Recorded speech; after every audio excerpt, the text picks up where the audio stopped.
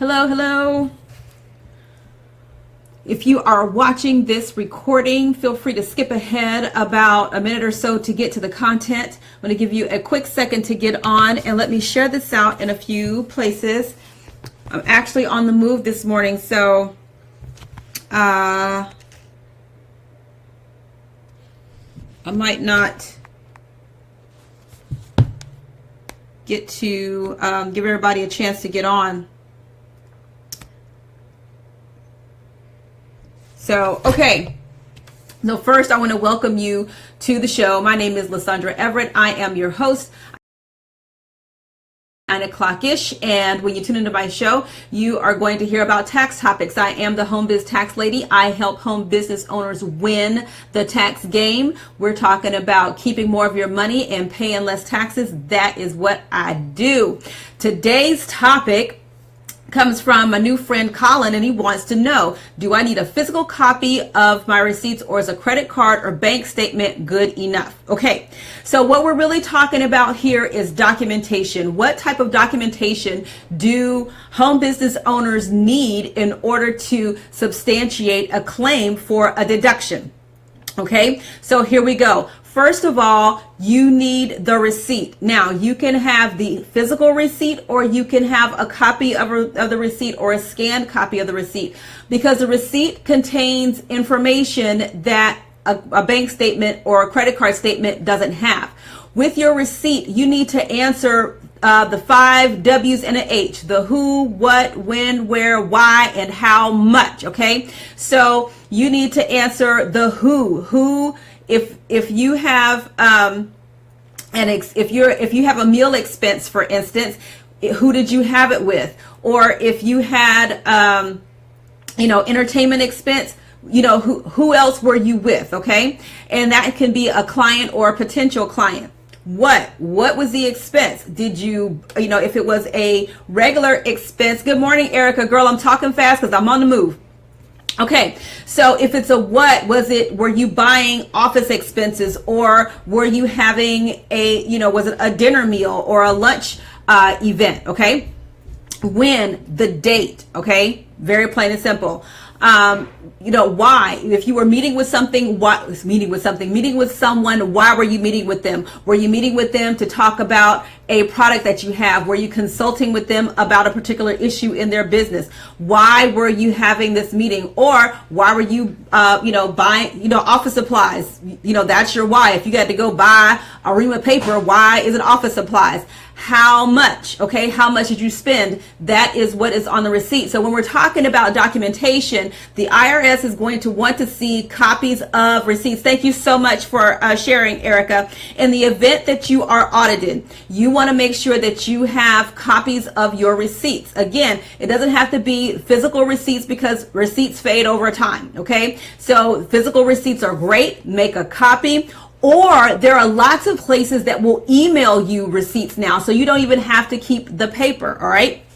So I love the email, the receipt part, because I can just go back in my email and find it and print it off or what have you. Now, the main thing that people freak out about is, oh my gosh, how am I going to keep up with all this paper? Listen, do the simple thing. Get an envelope, put all of your receipts in an envelope or a folder. I have a folder where I keep all of my receipts until I'm ready to reconcile them. I just drop them in there. I don't have to, here's a functional thing that you can do. Okay, when we're talking about receipts, let's say you take a client out to lunch. Once you get in the car, on that receipt, before you even start up the car, you write down lunch with Erica Vincent, potential client, talked about, ways to improve her tax situation with her business, and that's it, because the receipt is going to have the where and the date. So you just need to fill in the information the information that is not there. So when you're talking about substantiating a claim to the IRS, Having the receipt is what you need. Having a credit card statement or a bank statement means absolutely nothing. Why? Because the only thing that a bank statement or a credit card statement does is tell the IRS that there was a charge, okay? It doesn't tell the IRS what the charge was for or anything like that. So the IRS really has no way of knowing if that charge was for a business expense. And with the IRS, what guys? You are guilty until you prove yourself innocent. The only way you can prove yourself innocent and substantiate that expense is if you have a receipt and you have the documentation written down that says who you were with or what have you. If you're talking about a meal expense, or if you have, if you've got a receipt from Staples, right? You can buy plenty of stuff from Staples, y'all. Did y'all know that? Staples, Office Depot, I get sucked into them every time I go in there. I love those places. Okay.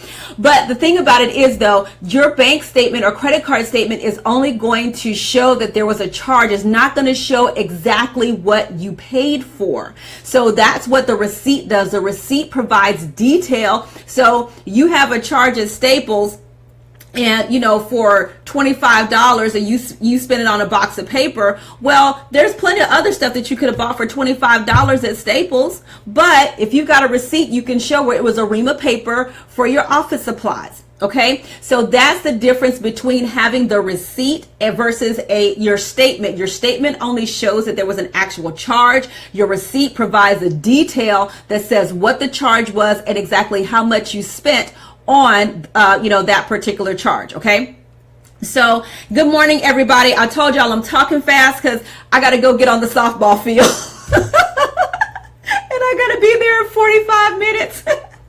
All right, but anyway, so what's the takeaway? All right, so let me put this in here really quickly, what your documentation needs to have. Okay, the documentation needs to have who, what, when, where, why, how much. And waiting for my computer to catch up because I'm obviously typing faster than it wants to move. Okay. We're talking about, how many of y'all paid attention in English class when you were writing about paragraphs and writing stories and whatnot? You had to have the 5 W's. Okay, we just added an H. Okay, that's all. Documentation needs to specify. All right, so I got that there. So again, this does not have to be complicated.